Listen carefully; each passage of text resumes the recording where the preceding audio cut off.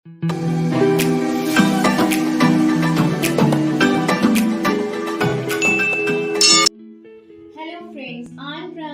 Study studio. और हमारी last video में आपने देखा कि हमने प्रेजेंट इनडेफिनिट टेंस को बहुत डिटेल में डिस्कस किया था।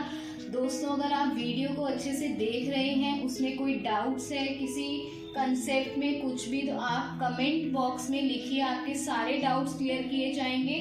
अब जल्दी से वीडियो को आगे बढ़ाते हैं। प्रेजेंट इनडेफिनिट टेंसेस के लिए कुछ सेंटेंसेस लिखे हैं मैंने, उसको ट्रांसलेट करना सीखते हैं। सेंटेंस नंबर 1, वह सरकारी दफ्तर में काम करता है। वह सरकारी दफ्तर में काम करता है। अब यहाँ पे मैंने आपको दोस्तों बताया था, जब भी हमारे माइंड में कोई सेंटेंस आता है, हिंदी में आता है, और ऐसे ही मेरे माइंड में ये सेंटेंस आया जिसे मैंने यहाँ बोर्ड पे लिख दिया है कि वह सरकारी दफ्तर में काम करता है। अब मुझे इसे इंग्लिश में ट्रांसलेट करना है। तो ट्रांसलेट करने के लिए मैंने आपको सबसे पहले बोला था कि आपको सेंटेंस में सब्जेक्ट फाइंड करना है। तो वह सरकारी दफ्तर में काम करता है, इसमें काम कौन कर रहा है? वह काम कर रहा है, वह हो गया हमारा सब्जेक्ट। तो वह की इंग्लिश हो गई ही।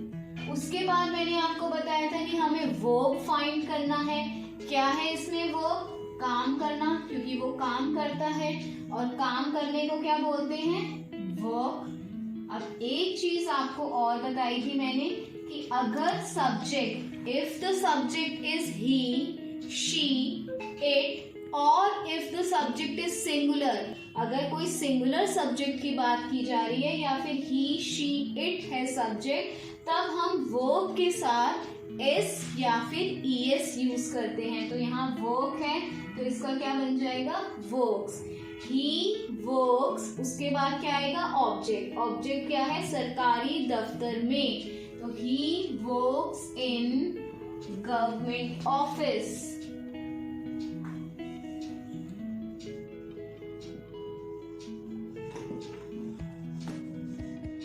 समझ में आ गया दोस्तों? चलिए बढ़ते हैं अपने सेंटेंस नंबर 2 की तरफ। सेंटेंस नंबर 2 इज हम इकट्ठे स्कूल जाते हैं। हम इकट्ठे स्कूल जाते हैं। इसमें सब्जेक्ट क्या है? हम, क्योंकि स्कूल कौन जा रहा है? हम। सबसे पहले हम की इंग्लिश बनाएंगे। हम मतलब वी। वो एक्शन क्या हो रहा है इसमें? जाना। जाने को क्या बोलते हैं? गो। अब यहाँ पे ना तो ही है, शी, इट कुछ भी नहीं है, ना ये सिंगुलर सब्जेक्ट है। हम मतलब हम सब। ये प्लूरल सब्जेक्ट है, वी है, तो यहाँ पे वर्ब एज इट इज रहेगी, इसके साथ एस या ईएस ऐड नहीं होगा। We go. अब बाकी रह गया हमारा ऑब्जेक्ट इकट्ठे स्कूल। तो कहाँ जाते हैं school? We go to school. और इकट्ठे जाते हैं तो together. We go to school together. Sentence number 3 देखते हैं। मैं इस मकान में रहता हूँ। मैं इस मकान में रहता हूँ। यहाँ पे कौन रह रहा है मकान में? मैं। तो मैं हो गया हमारा आई। काम क्या कर रहा है? रहना। रहना काम है, तो रहने को क्या बोलते हैं? लिव। अब मैंने आपको बताया था आई सिंगुलर सब्जेक्ट है, बट ये एक्सेप्शनल है। यहाँ के आई के साथ भी हम वर्ब में एस या ईएस नहीं अप्लाई करेंगे।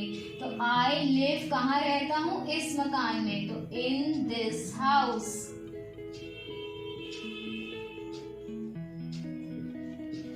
नेक्स्ट सेंटेंस देखेंगे। क्या तुम अपने बड़ों का आदर करते हो? ये थोड़ा सा गलत लिख दिया है, करेक्ट कर लेते हैं। क्या तुम अपने बड़ों का आदर करते हो? Question mark. अब आप देखते ही पहचान जाएंगे, क्योंकि क्वेश्चन मार्क है तो ये इंटेरोगेटिव सेंटेंस है। और इंटेरोगेटिव सेंटेंसेस को जब हमें इंग्लिश में कन्वर्ट करना होता है सिंपल प्रेजेंट टेंस में या फिर प्रेजेंट इनडेफिनिट की अगर बात हो तो मैंने आपको बताया था कि हम डू या फिर डज का यूज करते हैं। अब क्या, तुम, सब्जेक्ट क्या है इसमें, तुम, मतलब यू के साथ क्या आता है, डू, तो डू यू। वर्ब क्या है इसमें, आदर करना, आदर करने को क्या कहते हैं, रिस्पेक्ट। डू यू रिस्पेक्ट, किसकी रिस्पेक्ट करते हो, अपने बड़ों की, मतलब your elders. Do you respect your elders, question mark. Next sentence देखते हैं, तुम प्रतिदिन अपना पाठ याद नहीं करते हो।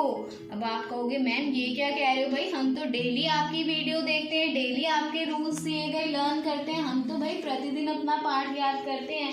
पर दोस्तों ये आपके लिए नहीं है, ये सिर्फ एक सेंटेंस है, तुम प्रतिदिन अपना पाठ याद नहीं करते हो।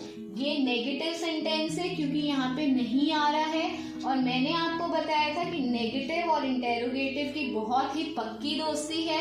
उसने भी नेगेटिव सेंटेंसेस ने भी सेम वही हेल्पिंग वर्ब चूज किए थे जो कि इंटेरोगेटिव ने किए थे, तो हेल्पिंग वर्ब सेम ही रहेंगे, डू या डज। सबसे पहले इसमें भी हम सब्जेक्ट को पहचानेंगे। सब्जेक्ट क्या है इसमें, तुम, इसमें भी सब्जेक्ट यू है और यू के साथ डू ही आता है, आपको पता है। यू डू नॉट, नेगेटिव है इसलिए नॉट आ गया।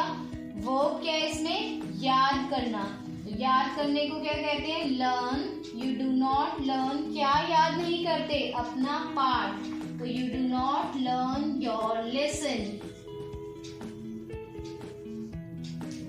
होप आपको ट्रांसलेशन बहुत इजी लग रही होगी अब, और सबको रूल्स अच्छे से याद होंगे। अब इसका भी आपको एक होमवर्क शेयर होगा, वो आप कमेंट बॉक्स में रिप्लाई करके बताएंगे, जिससे मुझे पता चले कि जो मैं आपको पढ़ा रही हूँ, जो कंसेप्ट्स आपको समझाने की कोशिश कर रही हूँ, वो आपको समझ में आ रहे हैं या नहीं। थैंक यू दोस्तों।